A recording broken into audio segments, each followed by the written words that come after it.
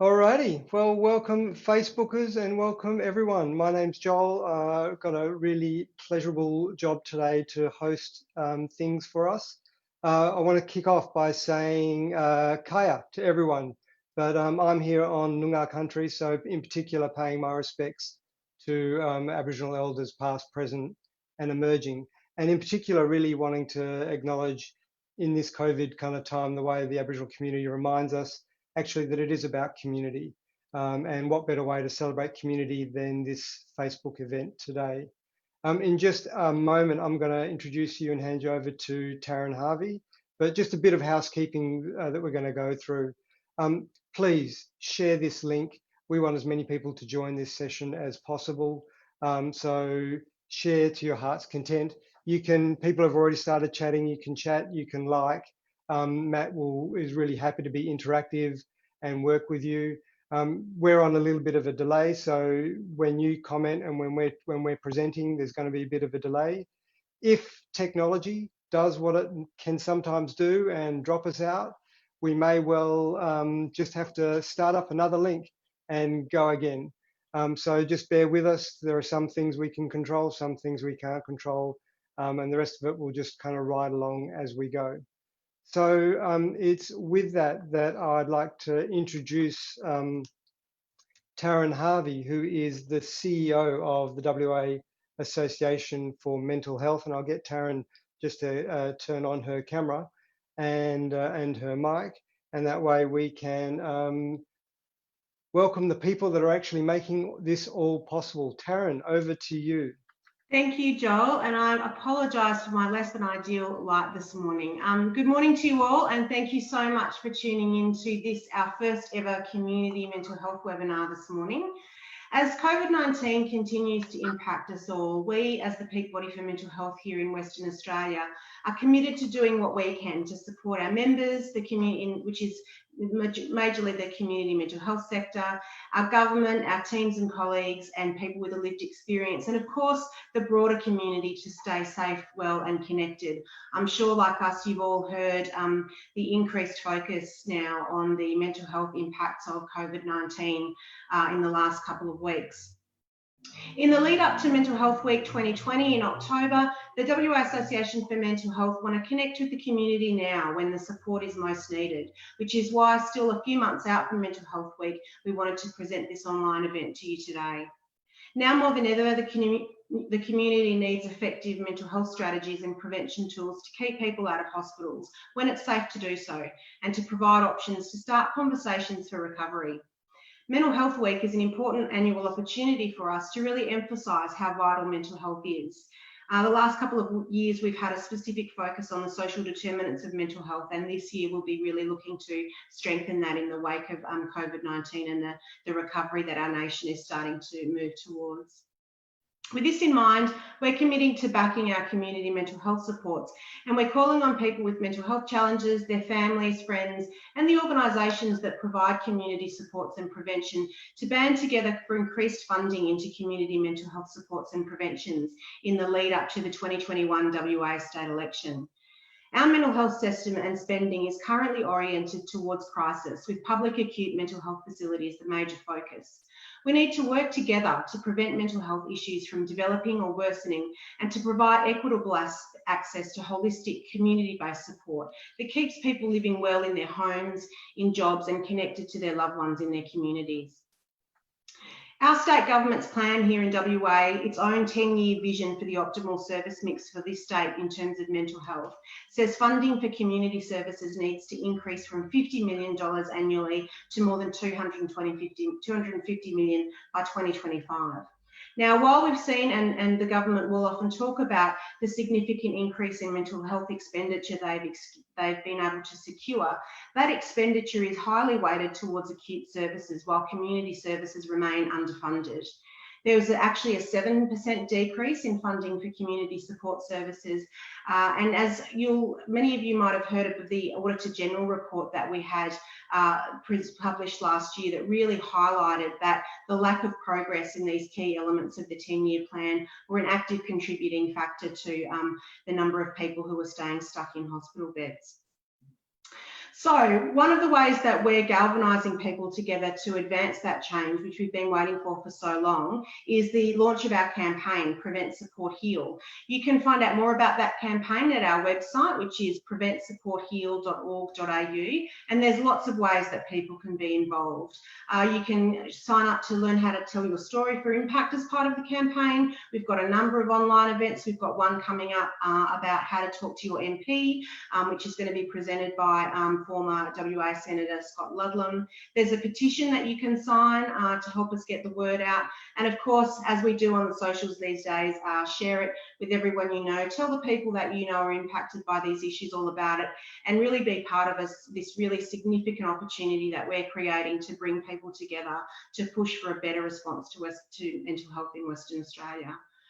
I can't think of a time in my career when the social determinants of mental health have ever been in greater focus, and I think this is a really important opportunity that's being created out of this really, this time that has been so damaging in so many ways. But there's an opportunity for us to make sure that we don't after COVID actually go back to the way things were before. So I hope you'll get on board and join us. And I know that you're all looking forward to hearing Matt Ball this morning. Anyone who's heard him before will know how inspiring his conversation is, how humane it is, and of course it's the Humane Clinic. And we're all really looking forward to this morning and to being able to share Matt's time with you. So thank you, Matt, and I will hand you over. Bye.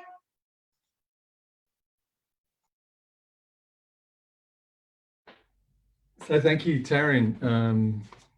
Hi, I think I'm up. So thank you for having me here. I'm just getting myself organised. I just while the screen's catching up with us, I'd like to just acknowledge that I'm coming to you from Ghana land in South Australia. The Ghana people are the traditional custodians here, and I pay my respects to them, past, present, and future. So thanks for having me on here, and as Joel said, I'm happy to take questions. Forgive me if I miss any. There are people who may prompt me on another form of media that I'm on. But I'll just get into it. Look, I was invited to be part of WAAMH series, and I volunteered quite happily. And I was particularly interested to talk on my blog idea of COVID-19 is not a mental illness. And the importance of that was that we don't pathologize or seek to create stories that aren't true in people's lives. And if everybody is experiencing emotional shifts around COVID-19, then it's hard to imagine that we would start to pathologize it or call it an illness. So I'm really interested today to think about, if we're all having emotional responses to COVID-19 and to the changes we've got to adapt to, and the different experiences we have, then how do we, who do we go to for support? Who is our best support, and who might we think of as the people that can best support us? So I'll be talking a bit about that, but I wanted to just start off with a little bit, and I'm going to read the beginning of my blog if you haven't read it. Pathologizing emotional distress harms a person's potential to feel safe and connected. It creates disconnection and isolation. An individual can feel increasingly threatened by the other person's perception of them as less safe, as less in control, and ultimately less human, when legitimate human experience is labeled as illness. Increased threat and disempowerment can make it more difficult to think clearly, make choices, and formulate decision-making to relational connection, social distancing, and hygiene practices. So I just wanted to start with that, because what I'm saying is, not only is this about our well-being, but at the start, when we were all really focused on the social distancing and the what does this mean and how do we do these things, it seemed to me that if people are feeling emotionally overwhelmed and distressed, then they're not actually going to be attending to the tasks of keeping COVID-19 at bay. So it's just going to perpetuate the fear and vulnerability and anxiety. So there was twofold. My idea was that if we could support people's emotional distress and feel more connected, we could feel both mentally better and attend to the sort of physical needs of COVID-19. Now, I'm mindful, can we have slide 6, Joel? Come up. So I just, the blog is on the left-hand side as you see it, and I just wanted to give you a sneak preview of something that's happening in Australia, but also give a message really about emotional distress and COVID-19. And on the right-hand side, you'll see a slide that says you are exactly where you need to be. And in 2020, we're going to be opening up a genuine ED alternative. I know we talk about them around the country as if many of the ED alternatives are separate from the mental health system. However, most of them aren't. Most of them are government funded and fall under legislation, and there's a dilemma in that. So we are very fortunate to have been provided a building, and we're going to open up an ED alternative led by volunteers using emotional CPR and just listening, which really is about trying to support emotional distress. So it's relevant to today. Anyway, when we arrived to buy this building, the picture on the right was the door we were greeted with. And we couldn't have thought of a better way to start a new era in mental health as we see it, with you are exactly where you need to be. And this seems to be a pretty good mantra for me about emotional distress in COVID-19. The emotions you feel and the distress that comes with it, or not distress, or the adaptations and the emotions that come with it, that's exactly where you need to be, because that is where you are.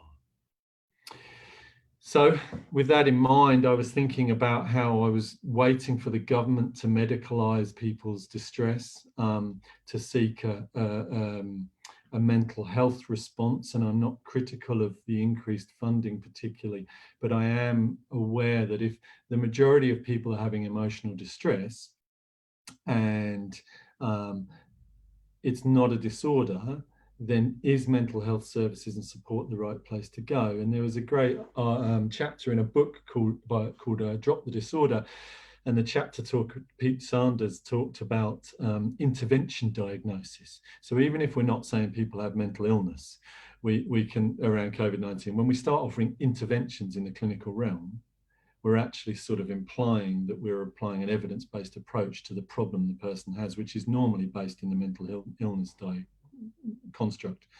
So I was really thinking about that, and I was thinking, what actually helps? And over the last few years, we know a lot more, and we've heard a lot more. There's a lot more evidence and research about lived experience value, of connection, of supporting people in distress, both in crisis and ongoing.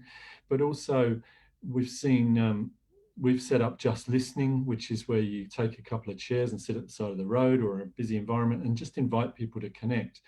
And earlier this year, we were at WAAMH, a big music festival there's about 100,000 people. And we had a stand where all weekend we just had volunteers and they were offering listening, free listening. And what really struck us was that even in an environment where everyone's having fun and having lots of good times and it's very social and convivial and connected, people actually still wanted to stop and talk about what was going on for them, what was in their mind, what was in their heart, how they were feeling. And it kind of just really brought it to my attention that, oh yeah, actually we don't need mental illness interventions. What we need is a way to connect. So I sort of thought, okay, let's do some Just Listening, and let's think about eCPR, emotional CPR, a consumer-led approach, so we can embrace what we've learned from the lived experience movement, and we can move into offering that, and we can do that online, we can do that in our communities as a whole. We've moved into the world of technology and embraced it, so actually you can do Just Listening online, and I'll talk a bit more about that. And what I did is I reached out to a variety of people, the Mental Health Commission, I reached out to our state government, I reached out to the South Australian Mental Health Commission. And what I noticed was that they all wrote me a very courteous email back saying, thanks a lot, we'll consider it. And then we heard about how much money the government was going to spend on mental health clinical practice supports. And then we sort of saw this emergence of, oh, hang on a minute, are we going to include peer workers in that?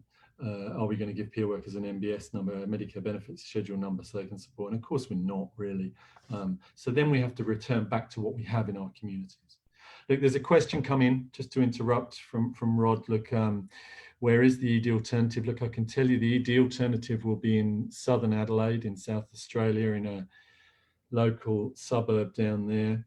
And what it'll be is it'll be a training centre and a communal area and a couple of rooms for people who want privacy when they're in distress to have one-to-one emotional CPR offered and facilitated with them.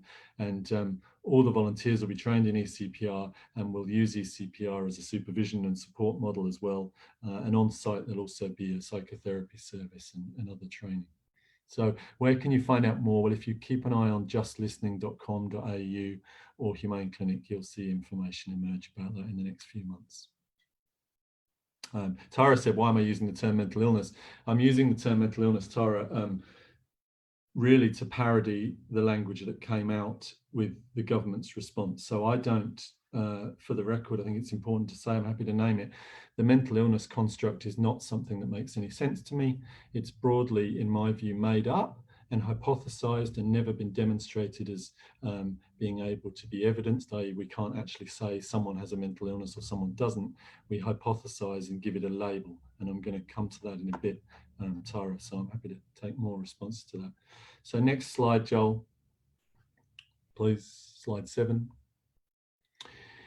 So the next slide shows you about, it's called Emotion in Response to COVID-19 is Not a Mental Illness. And you can see in the slide, and I'll read you through it, on the flow chart, we say, is the person who's experiencing strong emotions aware of the global pandemic of COVID-19? No. Well, that's not really any person in this world. Now, I realize some people might not have heard of COVID-19, but broadly they have. The other part of this slide says, has the person had emotions in relation to COVID-19, the pandemic that is threatening life and culturally accepted ways of being and creating uncertainty as a global society? No. Well, that's no person in this world. But if the answer is yes to either of those questions, we have to understand this is not a mental illness or a disorder. It's a common, understandable response to threat. And some of you may find this funny, some of you might find it irritating. It was meant to be a kind of slightly humorous idea that COVID-19 has threatened the very way we perceive many of the things we do day to day in our lives. And actually, if you don't feel an emotional response to that, it would be quite unusual. So we can't start to think of that as illness. And then on the right-hand side, the reason I'm saying maybe we need to reach out for our best supports, and that's not the mental health system, because there's an exception to my flow chart. That is, if the person has told a mental health professional in a mental health system, then the flow chart does not apply, and the person may have a mental disorder. So it's a bit of a jovial idea, but sadly it's quite present and relevant. And I can just give you a bit of information from our practice here at Humane Clinic. In the first couple of weeks of shutdown of COVID-19, I had 3 people who were accessing mental health services in South Australia who'd had their antipsychotics increased because they were emotional about COVID-19.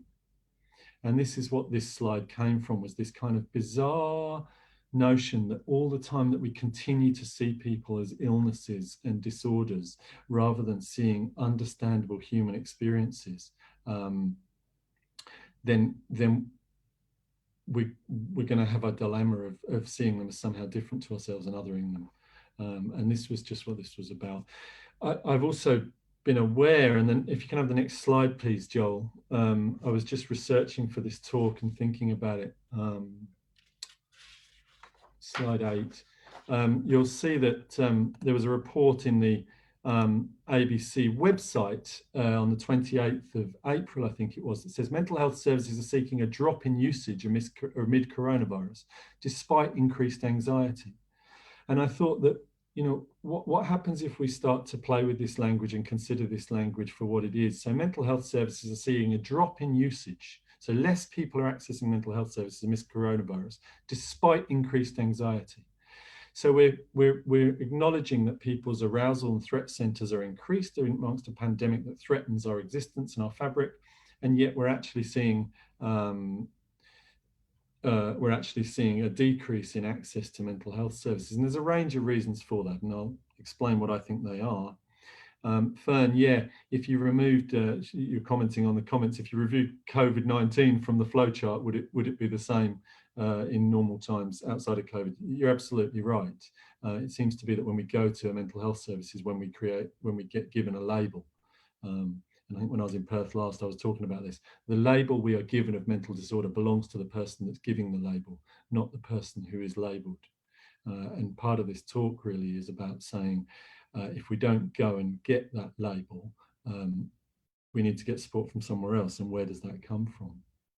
Coming back to the mental health services and slide 8, my idea of why we're having a drop in usage, well, I'm going to tell a silly story, and this is my style of presenting, so forgive me if it's tiresome, but we had a power cut in October 2016 in South Australia, and in Adelaide, and it was quite big news at the time because it turned out there wasn't enough electricity to support us when it was, I don't know, hot or cold or raining or something, and had this big power outage, and the infrastructure wasn't suitable. And I was working in a mental health service at the time, and we sent loads of workers home, and it kind of tickled me that we just, people who we were working, beavering away. Mental health services are often thinking about risk. We're thinking about the disorder. We're thinking about risk. We're thinking about supporting people through those risks, through those crises. And yet we could send home about 3/4 of the staff team because there was a power cut. And what amused me was that perhaps when someone's power goes out and we're shocked and overwhelmed, that's a time when we go into increased anxiety. So if this idea that mental health services were really the best place for people and the direct access people could have for support in anxiety moments, then you'd probably want to have more staff available during a power cut. But because we couldn't use our computers and things, then we just sent everyone home. Anyway, it tickled me because it got me thinking about Corona and thinking, okay, so if people aren't using mental health services because they're not doing home visits, or they're not meeting us in the community, or mental health centres aren't open, and we're having to go online, something that's very confusing and challenging and difficult for some people, and just not very nice, sitting in front of screens all the time.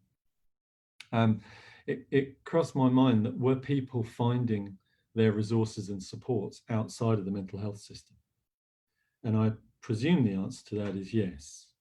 And so I was sort of thinking maybe that's the reason why people aren't using mental health services, despite the government rhetoric that is led by the so-called evidence-based practice ideas of needing to increase MBS numbers, Medicare provider numbers for psychologists and nurse practitioners and social workers and doctors and GPs.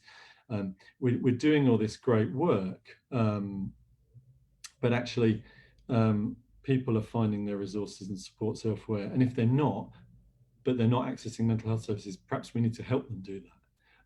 And that seems to be very different from the way mental health services approach us. I also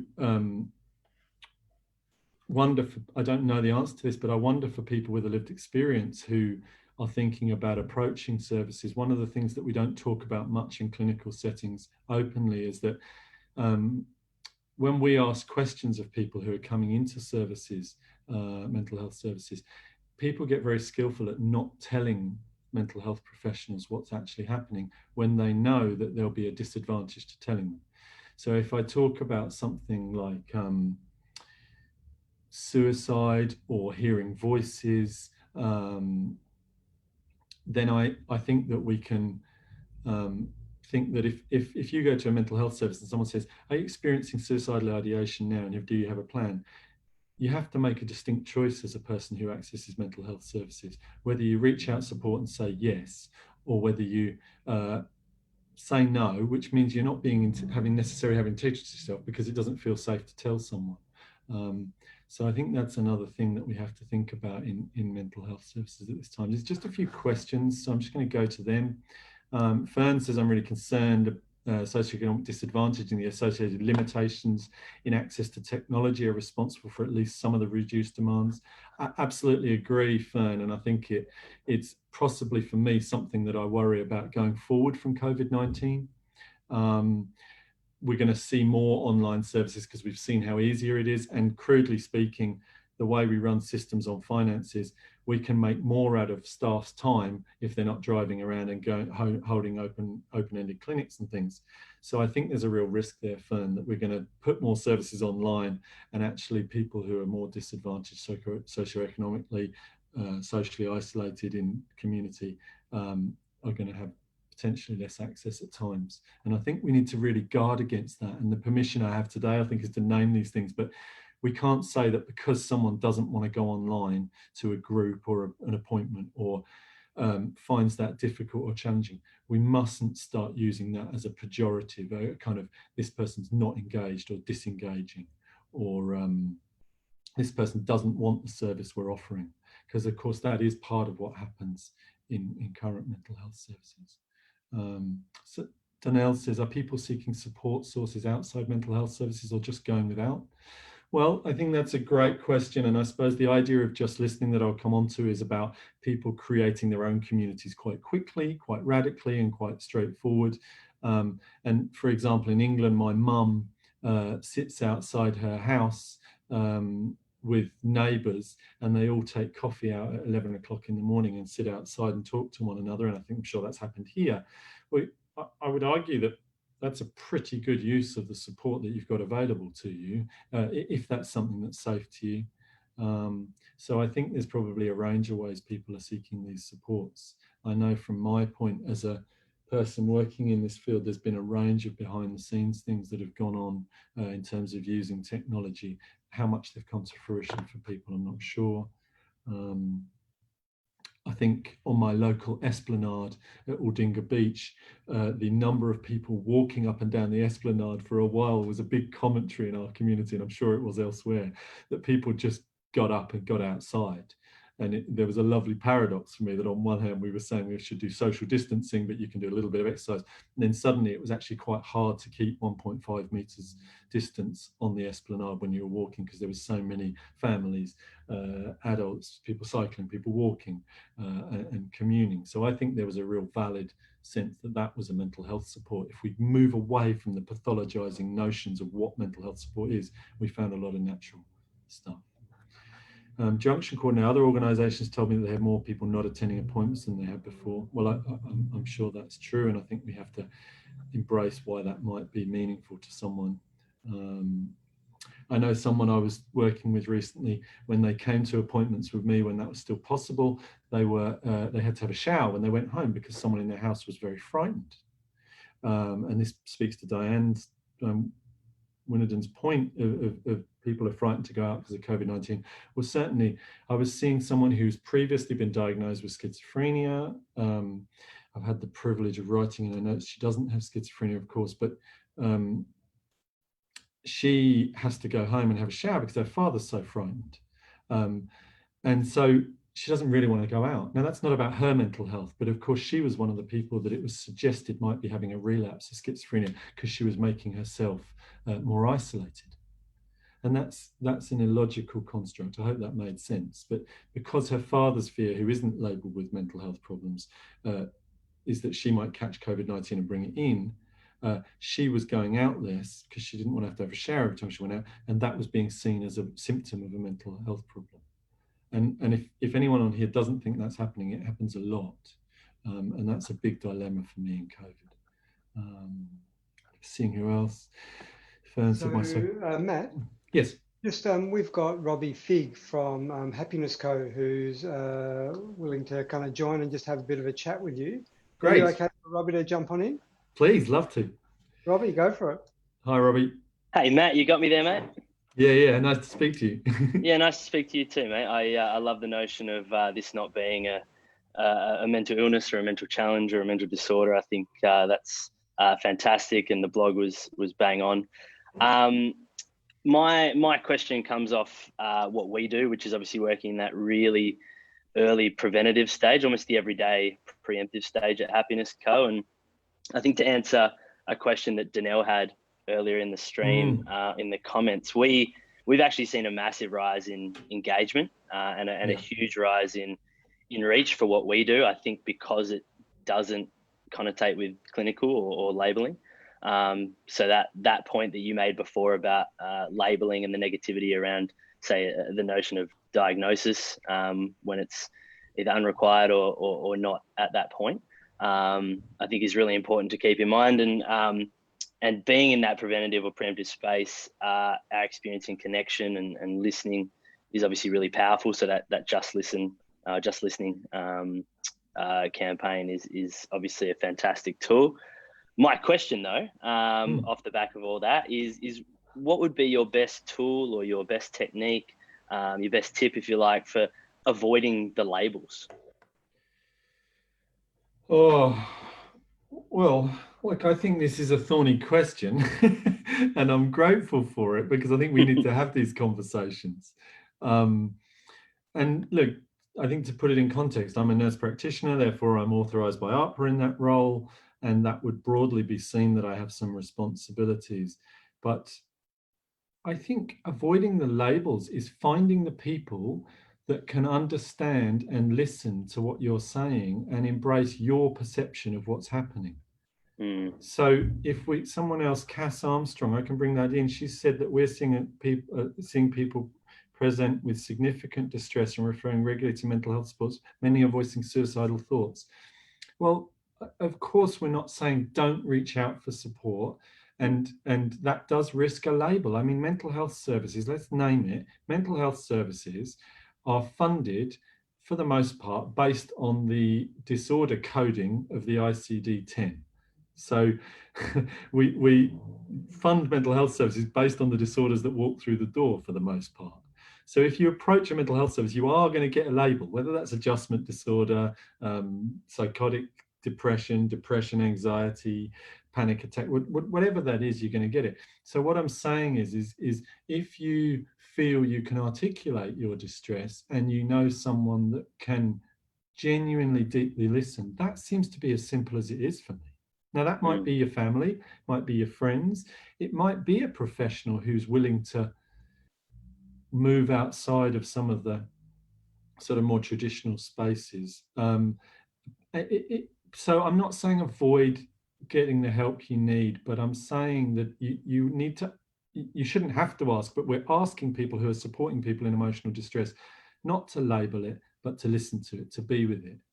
And it's not really answering your question. I do want to say, no, it definitely does. Yeah. I agree, and there's a tightrope that you walk sometimes between the right semantics as well, and I think that also can close down discussion and really disrupt the discourse of it all. So I think it's incredibly powerful to see someone like yourself who's in that space, working in the clinical world, not avoiding the questions or not avoiding the answers that might, maybe ruffle some feathers here and there. I think it's fantastic, and that for me is the most powerful way to make actual change. Well, thanks for that, and I kind of want to honour that support and say that kind of I feel really connected to you right now, because I feel like whatever your role is or my role is, it doesn't really matter right now, right? We're just trying to grapple with the same dilemmas. I think that speaks for anything that kind of correlates, whether by depth or by a really shallow connection to politics in general. And I think people are always afraid to maybe not speak their mind to the point of being activists, if you like, but some people will not use certain words in answers, and I think that actually just circles around to where we were in the first place, and groupthink then takes over. So thanks so much, mate. I don't want to hijack your whole webinar here, so I'll jump off, and thanks so much for answering my question. Well, thank you. And I want to say, if anyone else wants to jump on, it's not hijacking, it's good. One of the things that we need to address is that I've been given the privilege to host this. And there's no reason why someone else shouldn't. I did a THEMS talk. I did a keynote at THEMS in 2018, which was just such a privilege to me.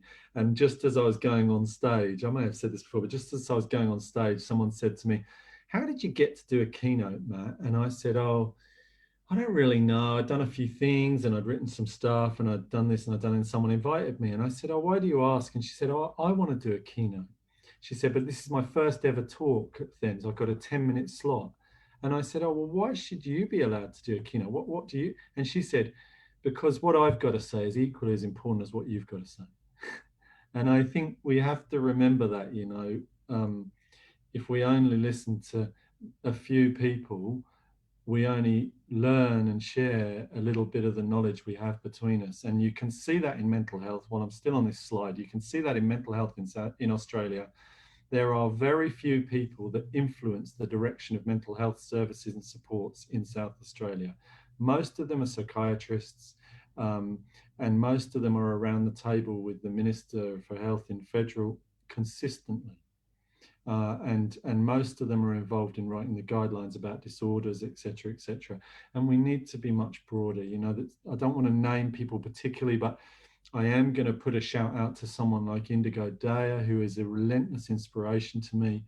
And I don't want to burden her, but she speaks to the other side. So can we sit her at the table with the big psychiatrist names that we know, so we can have an honest debate? Can we invite new people? I think that's a really big dilemma. So I just want to finish off by the question that came up and just say that I not getting a label is something that all clinicians can choose to do. Just because we have the ICD-10 or the DSM-5, it doesn't mean that I have to use it. The DSM at the start says that it lacks validity in some areas. So we can use the narratives that we all know from our practice equally as any diagnostic framework. So a few other questions I wanted to kind of look at. There's some resources being posted. So it's worth having a look at the comments slot if you want to do that. I'm getting a bit lost on the questions because they're coming thick and fast. So if anyone else who's online wants to comment, please do, or just come on. I might just move on to the next slide. If we can move on to slide 9, Joel. And this really just builds on what I'm saying, but what I want to talk about here is that labels disconnect people. Embracing emotion, embracing human beings connects people. So this is a really important point. If we can start naming the emotions we all feel in these spaces, we can find connection. When Shandell was taking people's names who were coming to this talk, what struck me reading the comments was that one person asked for some evidence-based interventions, and unfortunately I'm going to broadly disappoint on that land, because I don't know that there is any evidence around COVID in many respects, especially around the emotional distress. But what a really fascinating phenomenon. So there's about, I don't know, 20 or 30 people commented what they wanted from this talk. And what struck me was that there was professionals saying, how do we support our colleagues around their emotional distress? And then there was professionals saying, how do we support patients or consumers? And what seemed to be missing was that it was the professional that was looking for interventions for the consumers and looking for collegiality and mutuality with their colleagues. And what happens if we shift away from the labels that we give people that separate us up and split us up, and we say, oh, my colleague, my nurse practitioner colleague who's really distressed, maybe even experiencing some fear around their own life and living anymore, is probably having a very similar experience to my client. And if we do that, then we could notice how that feels, and we could notice that I might feel equally emotionally connected to my client as I do my colleague. And in that sense, if we come out of our thinking brains and labeling brains, and we just see the human being who has emotions, it's very easy for us to think about how we then might want to approach people who are in distress about COVID-19, not as a mental illness, but as an emotionally understandable experience. And if we can resonate with emotions, we can understand that in the space of mutuality, of sharing emotions, we have increased choice and increased hope, because we're moving together, and in that we find new meaning. So it was just really, yes. We've got Clara Jane from High Hopes Healing, who's just joined you on the call. Great. Hi, Clara. Hey there, Matt. Thanks so much. Just truly enjoying the realistic view of what's happening out there. And I just wanted to pose a question that I know that definitely not labeling is, we definitely shouldn't label, but this undercurrent of emotional stress is coming from a lot from a financial position people are in, and being real. It's always, I think, the undercurrent of emotional stress from a financial origin's always been there, but obviously COVID is really bringing that up and causing, our behaviours to change. And just wanted to talk about how people are, or if how people are successfully addressing that in their conversations. I guess from authority standpoint, are they putting real action plans other than handing out the funds? Are they giving true support to people in terms of how to actually work themselves out and work their finances out? Well, I wonder what your response to that question is. I mean, all I can tell you is that I've noticed in the communities I'm in, both professionally but also personally, is that no one's talking about the financial support they're getting other than the headlines and how they, the simple, go to Centrelink, but of course, Centrelink's system crashes. You stand in a queue at Centrelink.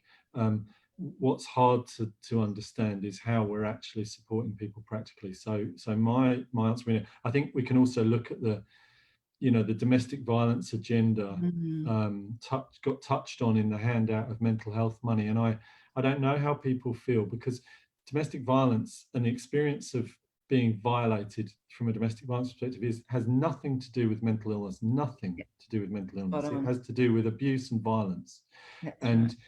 So lumping it together was a problem, but also I supervise a team who work in a domestic violence shelter for crisis. And what was striking was that there hasn't been an increase necessarily of contacts to domestic violence services. And that really is quite a tragedy, because we know that there's going to be an increase of perpetration and people being very frightened, and yet there hasn't been an increase in contact to services. And I wonder what you think, Kath. No, it's my work is to help people coming through cancer journeys and dealing with coping with not having the right support network, and the financial undercurrent is always a direct precursor to this sort of these negative behaviours in our society. So I just wanted to get that, I guess, out in the conversation, that there isn't any practical support that's been given. It's just all, as you said, it's handouts, and it's it's not actually practical skills on how to actually manage what's happening at home in the family and personally, financially, to appease those problems. Because when we have clarity about something, it gives us hope, but when we're just emotionally distraught, we can't see the light. And that's what a big concern is that I see out there in the community. Yeah, and I thank you for saying it like that. I mean, and all I would add to that for me is that that hope isn't likely to come from clinical services. So when I talk about just listening in a moment, there's this idea of mine of reaching in and reaching out and embracing both of those, and hopefully that'll add to that. But yeah, it's wonderful that you're speaking out, and you're a great advocate, so thanks. And if anyone wants to pitch in comments about people who are doing things locally to help people in that sense, let's get them on the page. Absolutely. And if anyone wants to come on and give an idea, I mean, I think we keep this as simple as possible. We've seen letter dropping in older persons settings, but there's a guy I see. I go for a walk at 6 o'clock in the morning, and when I come up from the beach, when the sun's risen, there's an older guy sitting on a bench. And we say hello to each other. We ask each other how they are. And I've been really intentional about that. And I think he has. And you know what? I come off the beach with my dogs and I walk away from this old guy and just feel a bit more light for the day ahead. And I think, well, it's pretty simple. So what are people doing? What's the everyday stuff? Everyday stuff. Yeah. Good on you. That's where it is. It's got to come from us to make the change. We can't expect policies and things to change. It's got to come from us. Good job, mate. Thank you. Well done. Thank you. I wanted to just comment on Phoebe's comment about open dialogue. I think the open dialogue service system, network therapy, founded in Western Lapland as an approach for all our mental health services. I couldn't agree more, Phoebe. But I think that in part, just listening is the ideas that I've had about just listening and setting up groups was. We do some open dialogue informed work here at Humane Clinic, and it was very much coming from that place of how can you just sit quietly and allow all the voices to be heard in any given situation. That feels really important. Can I have the next slide? Next slide 10, Joel.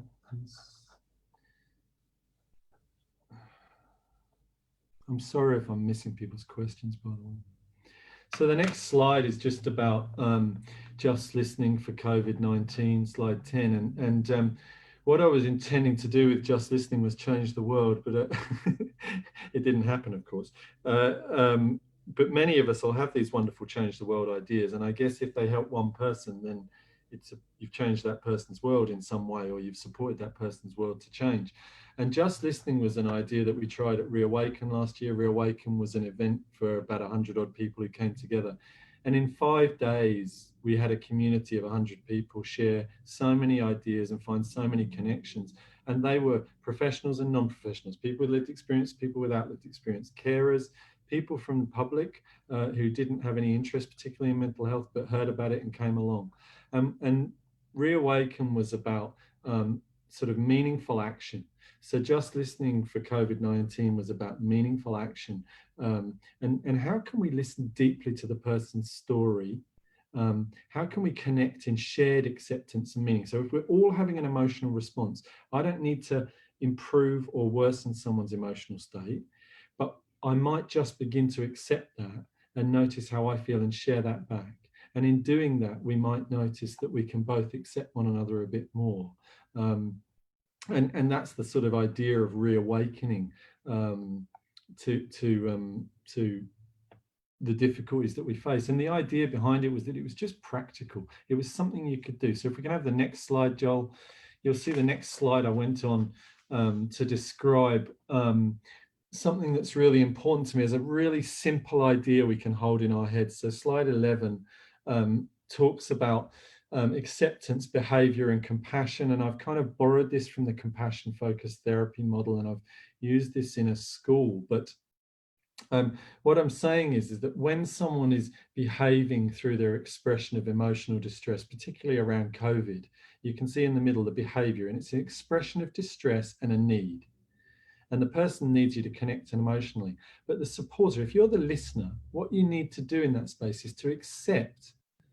Don't question the behavior, first of all. Don't start trying to change the behavior, but accept that a person is expressing to you that they're distressed, fearful, vulnerable, lonely, frightened. These are all feelings that we all know at some level in our life. There's not one person online now who hasn't had some of those feelings, might have them just by being online. So if someone's expressing a behavioral response to that, there's an opportunity for us to understand that they're asking for an emotional connection potentially. Now, how that emotional connection looks and feels is different for each person. But if I swear now, it might be because I'm nervous because I'm online to 100 people. If my wife would tell you when I go to job interviews or when I get nervous, I can often vague out and start speaking more slowly. So we can see my slowing down in speech and apparent disinterest to actually be an expression that I'm anxious and I'm in a stress response. So the first bit is to accept that whatever's in front of us is understandable and legitimate. The second bit is to not get caught up with people's expression of behavior, but to understand they want to connect emotionally potentially. And the third part is to hold compassion and connection so that we can hear the full story. And when we hear the full story, then we can recognize in ourselves that kind of connected space more and more. And I won't go into the whole compassion focused therapy, partly because I'm not very skilled in explaining it.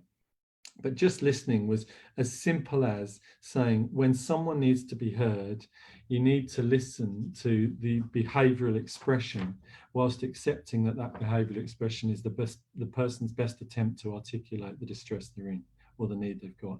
And your only job is to hold compassion that I too could be suffering an emotional response, and I would want someone to connect with me and offer me compassion. And in doing that, it sounds too idealistic and simple, but I promise you it'll allow the person to feel safer. And again, as I say, that's different for each person. Slide 12, please, Joel. Just want to show the posters I did so that we can show you what I mean on a practical level. And this does speak to Fern's point that not everyone has access to technology, and it is a dilemma, but I think you can be creative about this. But on the first picture of slide 11, we're just talking about just listening when, on slide 12, sorry, just listening when self-isolating at home or in another communal space. And so what I was suggesting was on the left-hand picture, we locate spaces, you dedicate spaces in your home that when you're feeling that you've got the energy to, you go and say to people, I'm here and I'm ready to listen. So anything you've got to say, I'm happy to listen. If you're the person that's feeling vulnerable, when when you need to be heard, you go and sit in that space, and you're invited then to tell your story by someone, and hopefully someone will see you there. We're all isolated, in those of us that are with other people, in very confined spaces. It's easy to see when someone's in distress. We could offer that place when we're feeling stronger enough to, and when we're feeling the strength to reach out and ask for support, we can ask for it. So that was all I was doing, was locating spaces. And the pictures there, you can see it from my house. And what my favorite one is in the bottom left-hand corner, where my two daughters, one's sitting on the trampoline, the other's sitting on a football, listening to each other. And I just thought, we need to move away from the idea that when we're in emotional distress, there's a way to do listening and a way to do telling your story. That is what that person needs in that moment. The other picture on the other side is about just listening online when you're isolated alone. And really, this was about reaching into social networks and saying, look, could 4 or 5 or 6 of us just agree that when any of us are feeling vulnerable, we can connect with each other. So you get on WhatsApp and have 6 of you on a WhatsApp or a Facebook group or phone or whatever, and just have an agreement that you're never too much if you need to put on there, guys, I'm really struggling right now, I'm really overwhelmed, can anyone listen to me for 5 minutes? And just have an agreement that only do it if you feel empowered enough to do it. But if you feel like you've got the energy, just say, yeah, sure, I got 5 minutes, I can listen to you. And then in one moment, you might be the person reaching out for support. And in the next moment, you might text into that group and go, hey, I hope everyone's feeling okay. I've got 10 minutes if anyone wants to tell me a story about what's going on for them emotionally. And just really simplifying this down. And it doesn't mean that mental health services and psychology and nurse practitioners and all these peer workers and open dialogue and anything else isn't there, but it's about saying, how do we do this in our communities and build our community? Andres Markov said, I often come across the comment, I can't express what I'm feeling. And if I'll touch on ECPR before I finish, but emotional CPR is absolutely beautiful in terms of, if you don't know how to say what to say to someone and someone can't express their feelings, have a look at how you're feeling as the listener. You know, if someone's sitting there saying they're crying or they're distressed or they're angry and they're going, I just don't know how to express what I'm feeling. Well, as the listener in Just Listening or ECPR, have a look inside yourself. How do you feel when someone's looking that distressed? You'll probably notice that you maybe feel overwhelmed, or you feel sad, or you feel anxious. Maybe just commenting that back to the person is a really, really important way to invite the person to have a new narrative of how to tell their story. I know my daughter is much better at punching and kicking the punch bag in the garage at the age of 11 than she is at telling me, I'm really angry because of A, B, and C. So maybe the person doesn't need to express it in words, they can express it in feelings, but I could still stand next to them and notice how that feels and comment on that. And that might be a way of connecting. I'm just seeing a comment coming up. Hey, Matt, are you and others from the Humane Clinic still planning another intro into ECPR?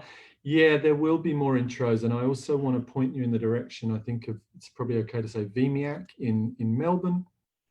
I want to say that Neil and Helena and Lorna and Jenny Speed, they're people that you might come across who are doing ECPR online.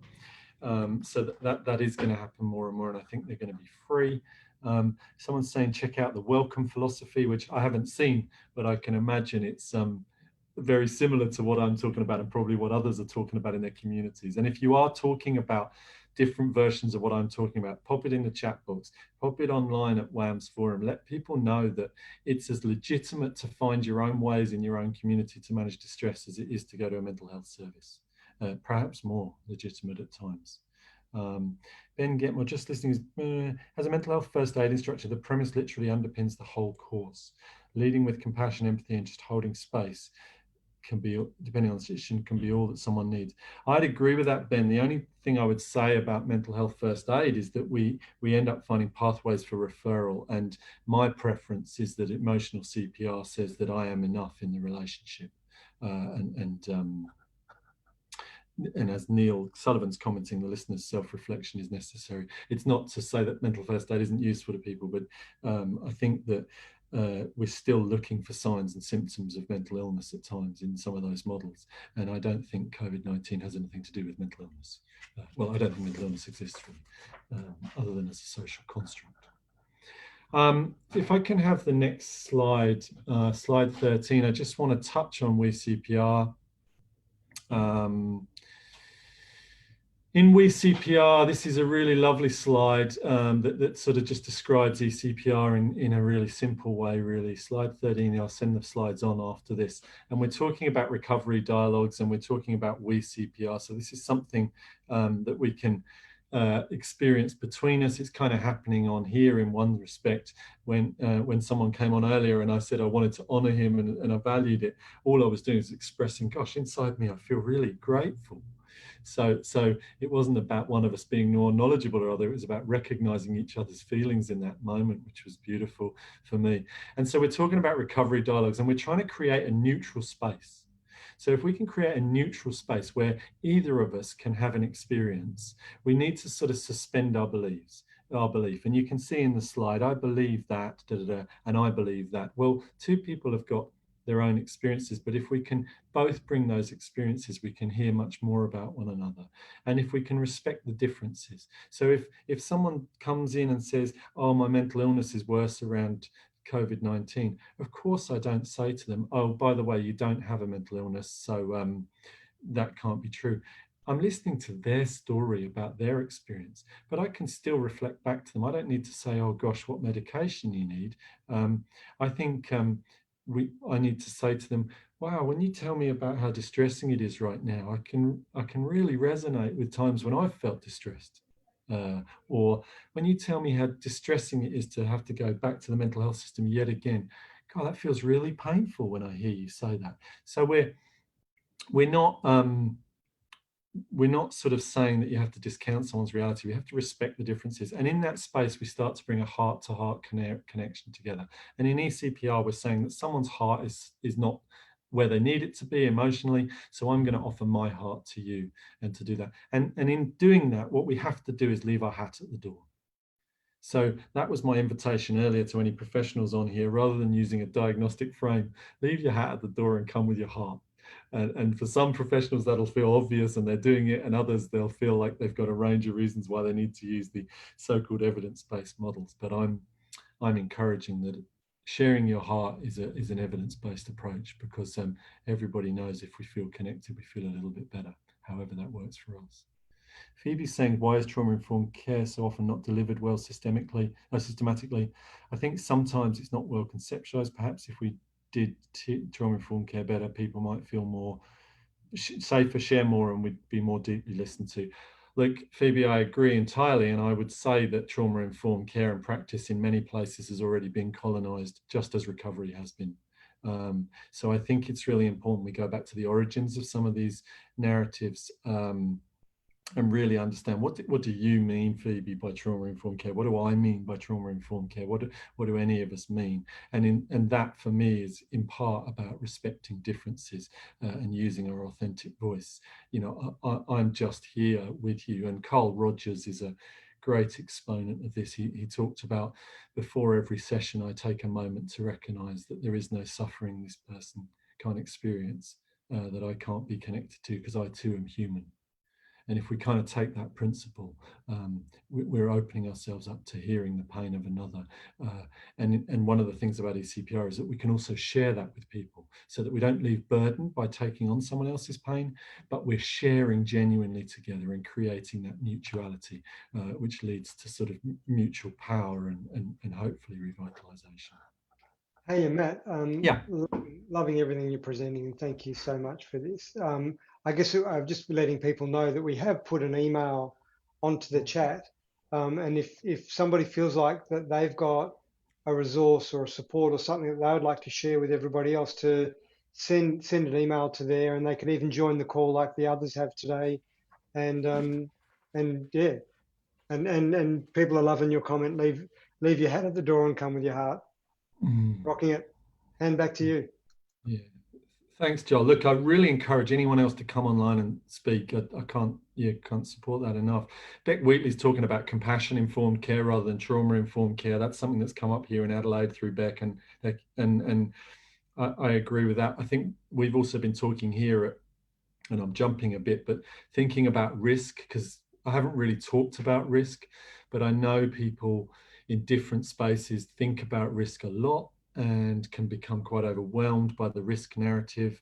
Well, the first thing I want to say is that if someone's talking to us about something risky, and that in you're supporting someone and you feel there's a risk, if they're sitting talking to you, then in that moment the risk is that they're going to sit and tell you a bit more, and that might be what they need to do. I'm not suggesting that we don't have to consider risk, but being that, and again, it feels a bit controversial, you know, there's professors around this country and around the world that tell us that risk assessment around suicide in 50 years hasn't really demonstrated best practice in how we can understand risk of whether someone will take their own life or not. And that's not meant to be a flippant comment, but I feel nervous as I say that, but I'm trying to have a bit of courage and say, let's be honest.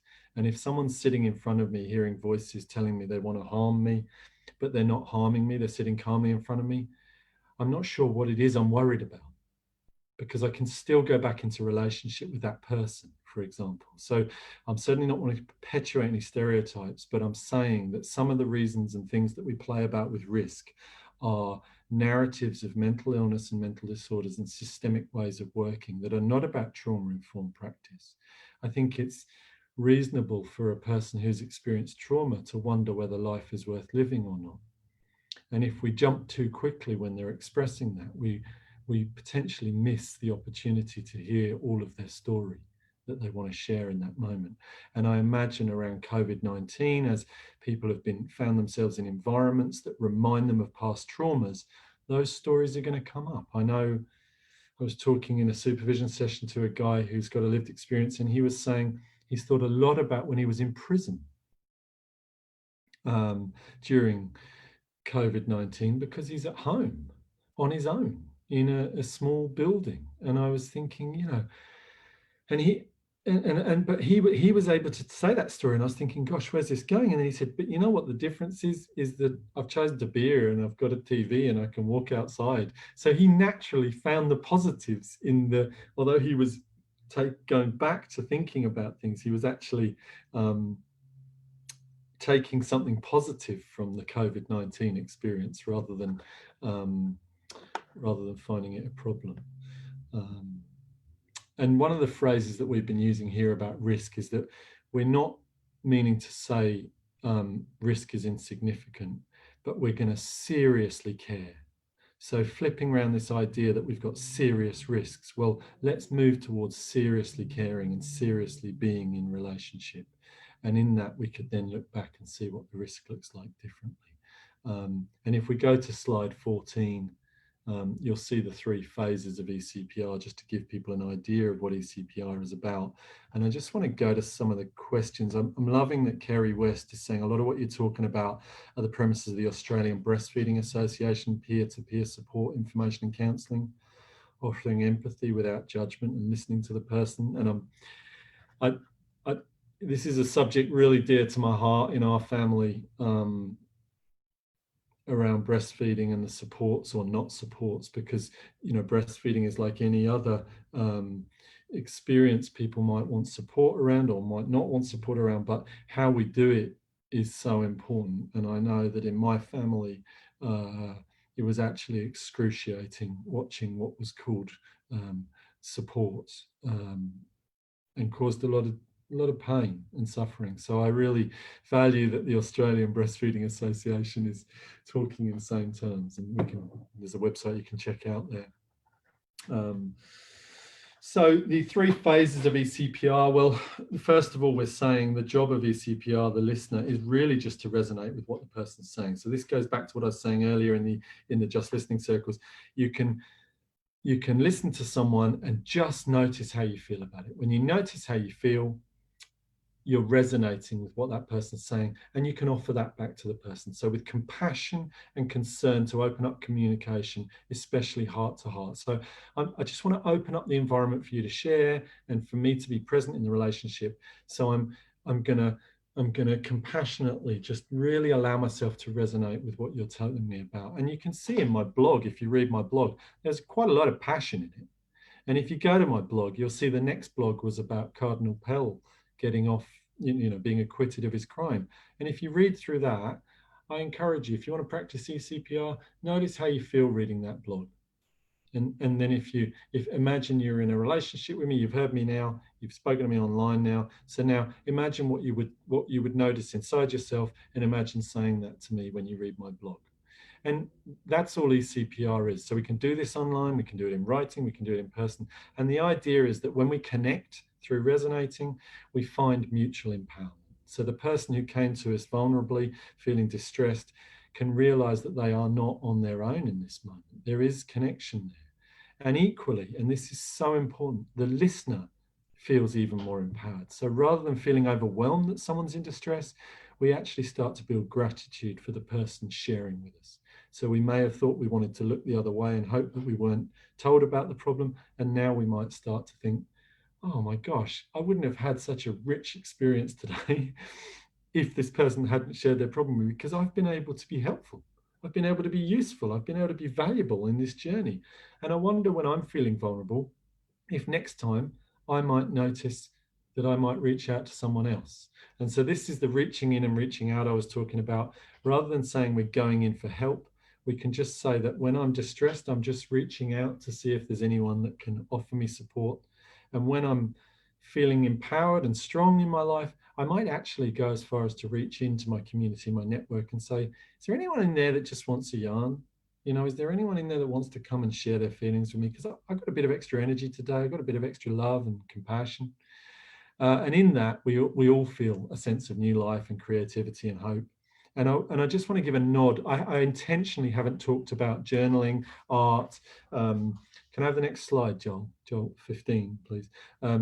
I intentionally haven't talked about those things because I do want to acknowledge that there is many practical strategies that we all use and can use to do it, but to feel better.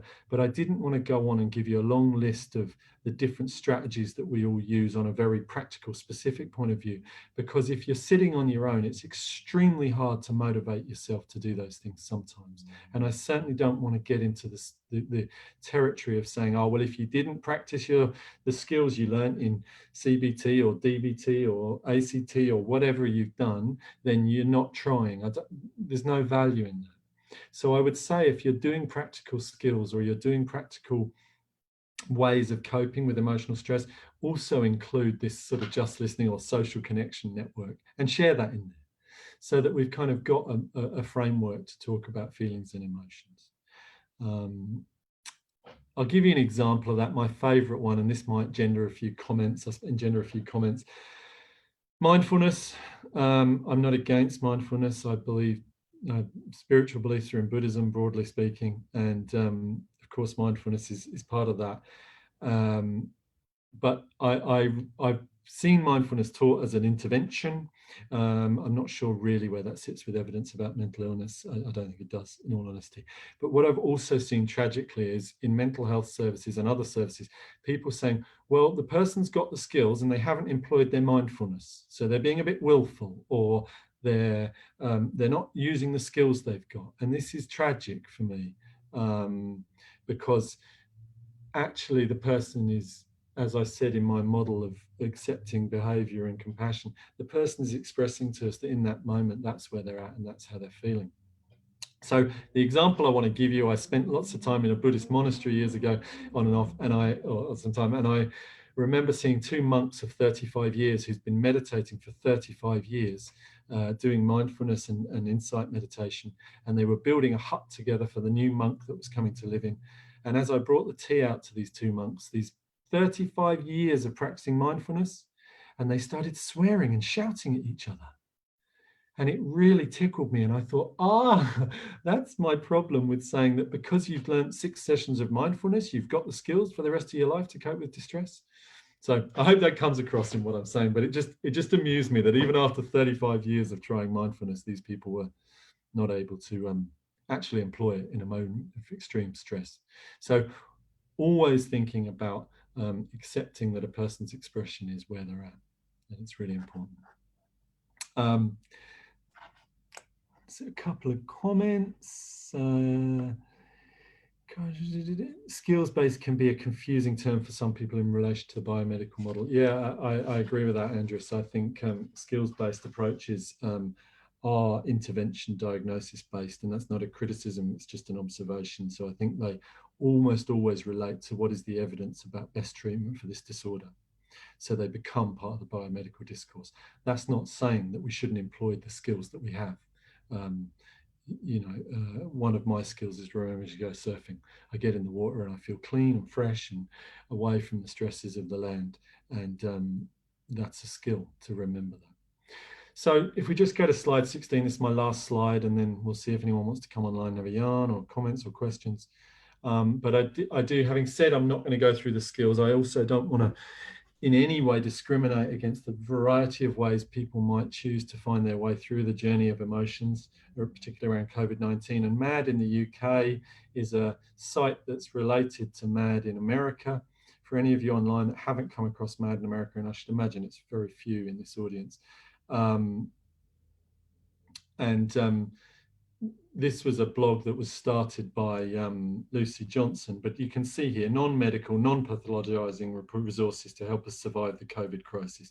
And you'll see the really wonderful, powerful resource from the Dulwich Centre that was done by the Centre of Psychiatric Nursing, which many of the wonderful comrades of lived experience and academics and nurses are in Melbourne. But there's lots of resources from around the world. There's blogs, there's TED Talks, there's ideas, but most of them are really about ways to find connection, I would argue. I just want to say, someone said the image of arguing monks will stay. And yeah, it was just brilliant. And it was about 15 years ago. I can remember it like it was yesterday. Bridget said, could you comment on families so often not included by services, especially those at the severe end of mental ill health during COVID, e.g. a call as to how it's going, knowing the person with difficulty has no connection with other parents? Yeah, look, I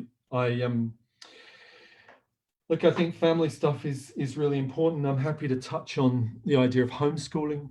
I just think if it's illogical to think that in a time of stress, we're asking families to take on further cognitive functioning tasks, i.e. homeschooling.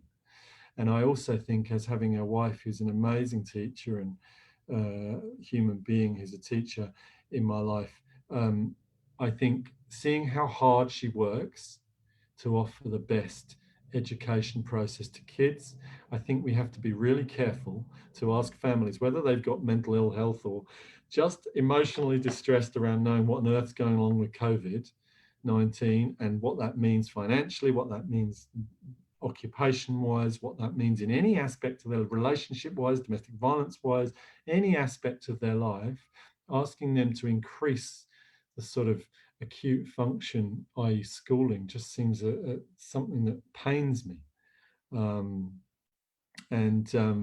So I just think that if you know a family, and if you have a family or if you don't have a family, but if you've ever spent time with honest time with a family and you've seen behind the closed doors, you'll know that families are not all roses. Most of us here will be a family by the fact that we've existed, whatever that family's looked like. So again, I would just encourage that when you feel empowered and strong enough, what happens if you just reach into a family and ask the question, what's it like in your house during COVID-19?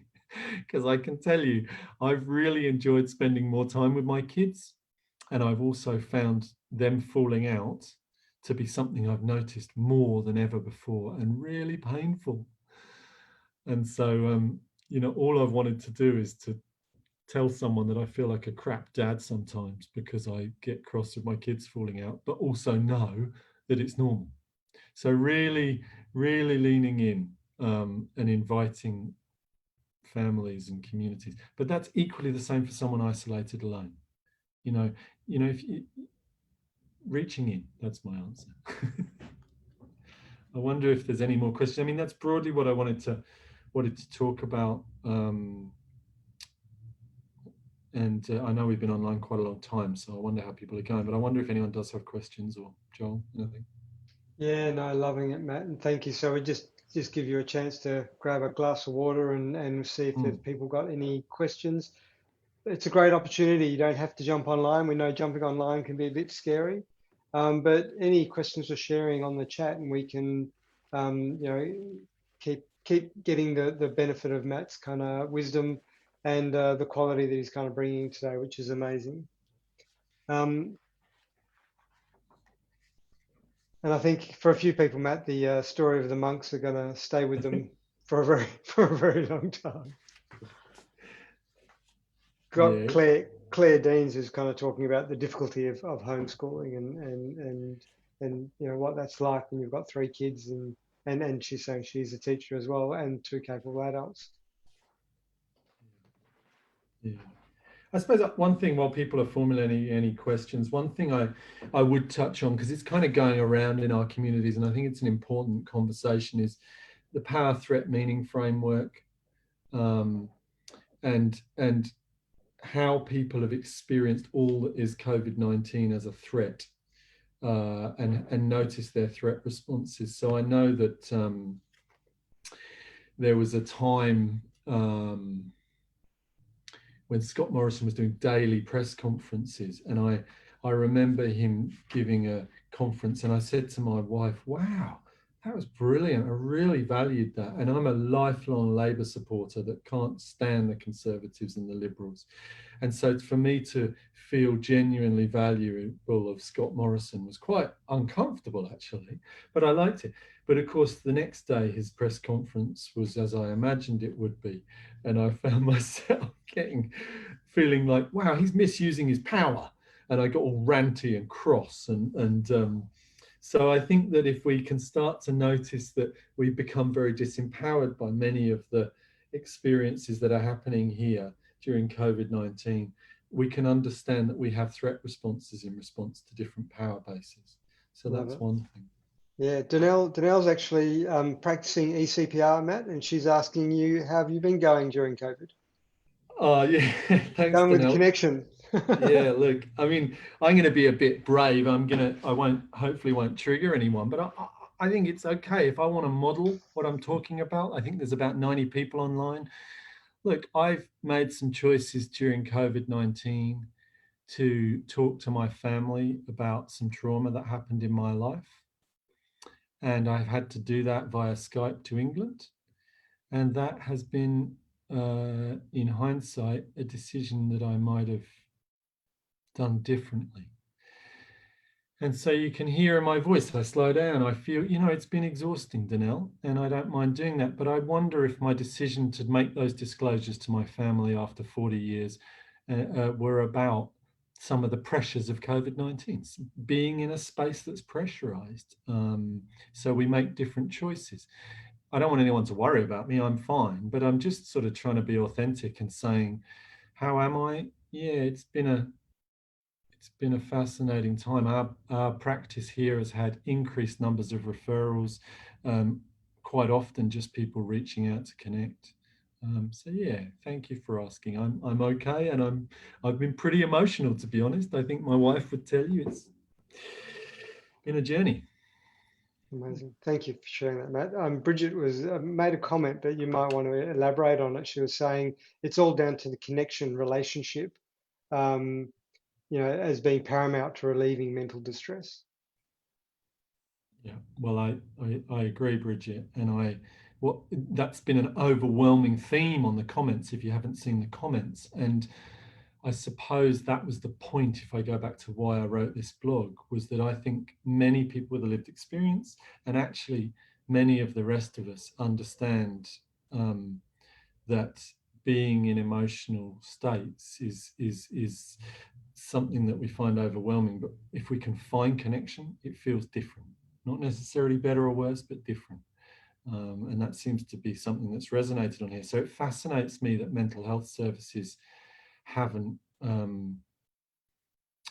picked that up, or the government. And what I mean, I go back to my point. I can only say it how it is. I go back to my point. You know,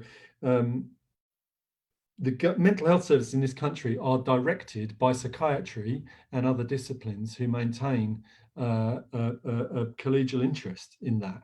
And I don't subscribe to the idea that it's all about peer work, for example, or peer support, but I do prescribe to the idea that we need equity at the table of anyone that's able to offer genuine support.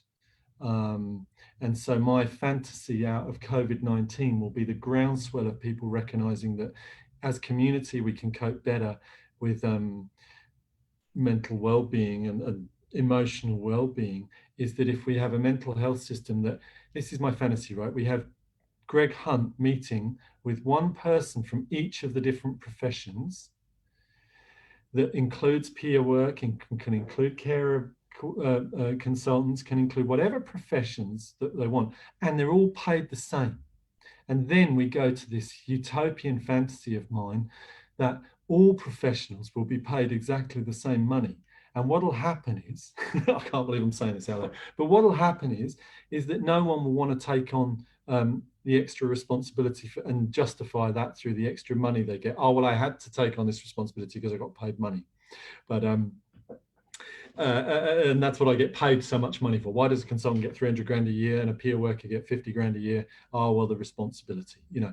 Well, let's create an egalitarian state. Amazing. So Cap, there's one more question from the chat, but one question without notice, because you're talking lots about authenticity and about connection and about transparency. So do you have the million dollar answer in terms of, you know, how do you turn off the need to filter and get it right? You know, like, am I sharing the right amount of transparency or the right amount? You know, that inner kind of stuff that gets in the way of just allowing it to be an easy sharing. Look, I think this is where we really can learn from some of the incredible leaders in the peer movement. If you take Pat Deegan, my great friend Oryx Cohen, who I know WAAMH doing some stuff with, you know, Oryx Cohen for me has been a highlight of my whole career, meeting him and seeing how he lives authentically. And sometimes I'm sure he would say he gets it wrong. And I think rather than what's the right amount, I think that we need to get in good people around us so that we can think about when I not get it wrong, but when I do something that makes me vulnerable, where's my network? And I was in the first talk I ever did in public was in Perth at Thames in 2014, I think. And I shared a bit of my lived experience with my dear friend, Suze Hutchison, who's a peer worker. And we did a talk about the nurse practitioner and the peer worker and what we share makes us strong. And at the end, someone said, I don't have a question, but Matt, if this is the first time you've shared your lived experience, what are you going to do when people take that experience and without your permission and do things with it? And I said to her, oh, I'm not worried about that. Thank you, but I'm not worried about, well, she was wise because it was very painful and has been painful. So I don't know what the right amount to share is, but I do know that having people to kind of reconnect with after we've shared is paramount. Love it. So you're actually getting a few more questions there, Matt. Yeah. One of the earlier questions was about what's some of the best ways to connect with you? Like if people wanting to connect with you, is that through the Just Listening side or Humane Clinic? Maybe if you want to kind of give some of those web details, but then you can see there's some chats about connecting with a daughter who has BPD and living away from me, and some thoughts about your theories of people with mental illness from Sandra. Yeah, look, how do you connect with me? Look, I think go through Humane Clinic and there's a contact point is probably the way. So that's www.humaneclinic.com.au, or you can go through www.justlistening.com.au. Just forgive us for time of getting back to you. I will make contact. So that's probably the other way. The other way is Facebook. There's a Humane Clinic Facebook site if you go on Facebook. But I love connecting with people, so do reach out. I just want to touch on many anxieties about COVID, potentially loss of life and dying a lonely death, which many fear. Like, I think that's been really powerful, that I've seen a lot of people who've spent time living with distress in their life, often through trauma, COVID-19 seems to have just kind of been this massive compounding of that on top, this kind of doom of the unknown. And I think that's really understandable from a trauma perspective. One of the things we know in trauma is that how we make meaning can be impacted upon because of what people have done to us. So then when something big like this comes along, my own story, the first time I was ever had unusual experiences that would be labeled as psychotic, I thought there was a enormous spiritual entity coming through the wall to gobble us all up and to kill us all when I was a child, and I don't have that anymore. But it just reminded me when I was reading that question and thinking, yeah, I could see, if I was really distressed, I could see COVID-19 as some sort of conspiracy godlike experience coming to consume us. So if I'm on my own and vulnerable, that would be easy to see how that would take over a bit. Sandra says, what are your thoughts, Matt, about the theory of people with mental illness are striving through COVID given their previous experience with emotional stress? I'm not entirely sure what that means, but what I do think is that we need to be very careful not to ask people who've lived with mental distress in their lives to suddenly be the experts to the rest of us when that's not what they want to do. So just as we don't need to say, oh, you're mentally ill again because you've got emotions, there's a risk, I think, in saying, oh, well, you know, I've heard this narrative quite a lot, and I think there's a truth in it, but I think we have to be careful that, oh, well, you know what it's like to be alone and disconnected, so actually it's not that different for you during COVID-19.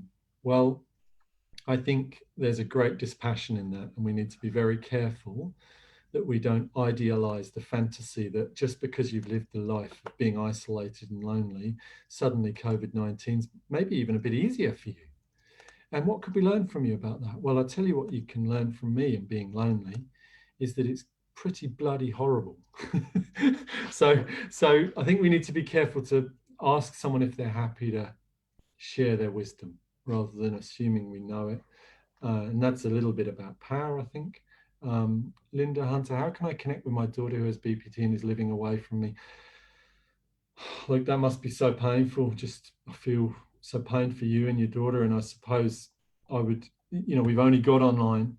So how do we find the resources to emotionally connect? And I think eCPR is as good a model as I've ever heard. And you can do that online. We do emotional CPR teaching online. So it's not immediate, but, you know, and sharing the resources with your daughter, you know, rather than saying, look, I know this amazing thing that's going to help you. What would it be like if you learned it together?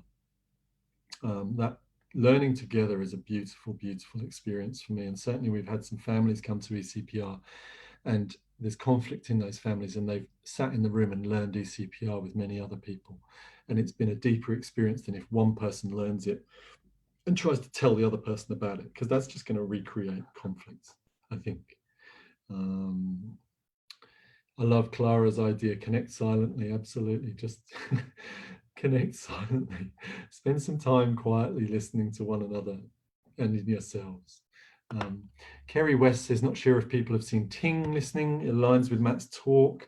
Yeah, look, Ting is a Chinese symbol that talks about listening, and it's taught in eCPR actually. And one of the things, I think, one of my other utopian fantasies about mental health is that one day, and this is particularly around people who hear voices or have other things labeled as psychosis, one day I really believe that we will realize that people who've had psychosis were actually our teachers. And that for many years we've been foolish in thinking we need to stop those extreme states, but rather we need to spend time walking alongside people while they are allowed to articulate why those extreme states are there. And as such, we'll start to understand that any one of us could have that happen to us if those conditions arose. And we'll actually learn more about the brain and about human emotion and how it's expressed. So I really think that within Ting and deep listening, there's a real opportunity to it's the wrong word, but kind of worship and value deeply as a healer in themselves, the person that's in distress. That's not to say that they're not in distress. I'm not trying to say that, but I'm saying maybe that person is teaching us something, even in their distress, and later we might understand that. I love Sandy Thorne, I think it is, saying to listening and validation are key for people with BPD. I think we go to skills around BPD, borderline personality disorder labels, far too quickly. And that is because often we are very frightened of not knowing the outcome of what's going to happen in someone's life. And I'm not saying we should let people find harm in their lives, but really listening and really compassionately validating that that person's expression is quite legitimate and meaningful to them is so, so important. And of course, there's a place for other things, but that seems to be the primary thing. I'm just looking through any other questions. Just while you're looking at that, Matt, I just saw, noticing some of the chat, like people are being really real and very open on the chat, which is just so beautiful to see. And, you've talked a bit about the possible isolation, particularly around COVID. So just letting people know, like there are resources like Lifeline, Beyond Blue, the mental wellbeing hotline as well. So, they're available. If anything that we've kind of talked about today has kind of stirred things up for people, like there's lots of places that people can kind of reach out to and connect with. Yeah, and I want to, I agree with that, and I also want to extend that if you're going to ring Lifeline or you're going to ring Beyond Blue, it might also be worth thinking into your network about who else you're going to ring, because it's often not easy to ring Lifeline or Beyond Blue. So some of the reasons we might not contact someone in our network is we're not sure if they'll accept us. We're not sure whether they can cope. We're not sure. But that's also sometimes the fears of any of those other services. So I would put them all alongside each other as, I think it's really important to know all the range of options that we've got so people can choose in and choose out of. Well, I'm grateful you said that, Joel. Awesome. So let me adjust the slide and add a third resource, your own network. Love it. Yeah. Thank you. And I'll give you a story about that, just to clarify. I was working with someone who lives in a remote area. We recently supported her to flee a domestic violence situation. And she was talking about feeling isolated and during COVID because she'd fled to a whole country area. I mean, it was so rational and made so much sense, her distress around it. Thanks, Joel, for them adjusting the slide. I love that. And she said, I don't really have a network anymore. And it was as simple as me saying to her, just sitting there thinking, God, yeah, that would be really hard. And I said, did you have any friends where you used to live that would go online with you? And she said, oh, yeah, there was about 5 or 6 of us. And we named them. And so she just shared Just Listening with those people, and they set up a WhatsApp group. So it was just about, my role in support was not about to know who her group was or how to connect her, but was to just invite her to have a second think. And that was really beautiful. Amazing. Thank you, Matt. And it feels like we might be kind of getting into a bit of a wrap. And what I'd really love people to do, on Facebook, there's that opportunity to kind of to love, to like or to heart. And I don't know if everybody could absolutely kind of shower Matt with all those kind of little hearts as a way of kind of thanking him for his time and for what he's kind of shared. That would be amazing. So thank you, Matt, on behalf of everyone for everything you've kind of shared today. I've got a few kind of information for everybody. I'll just flick into a couple of slides and then I'll come back to you for the closing. Thanks.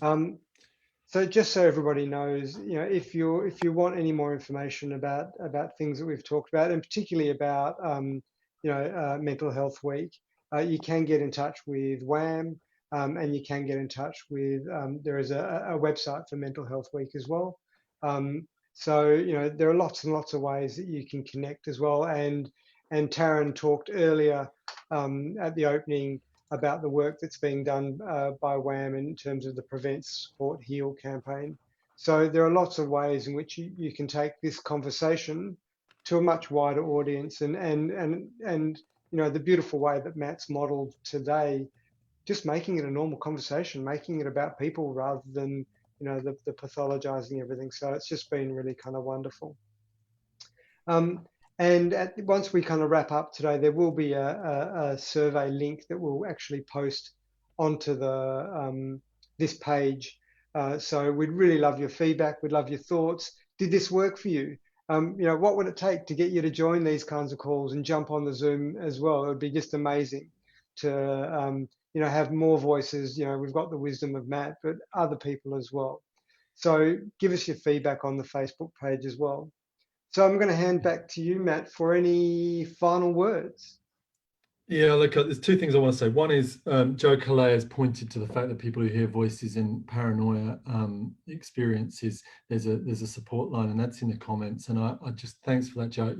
Hearing voices, a person who's heard voices when I was younger and even last year, that really resonates with me. So I appreciate it. And the final thing I want to say is I hope this is okay. I want to speak to the person who was finding it hard to connect with their daughter, because that's really struck me. I think it was Linda, maybe.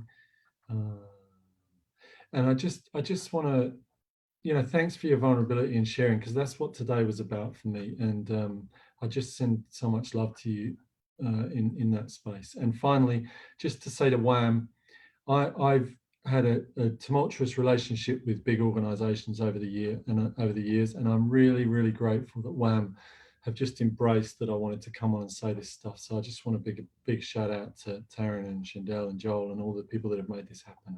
Thank you all for being so kind in the comments. Love it. Thank you, Matt. And everybody, have a wonderful, wonderful day. Yeah, go well.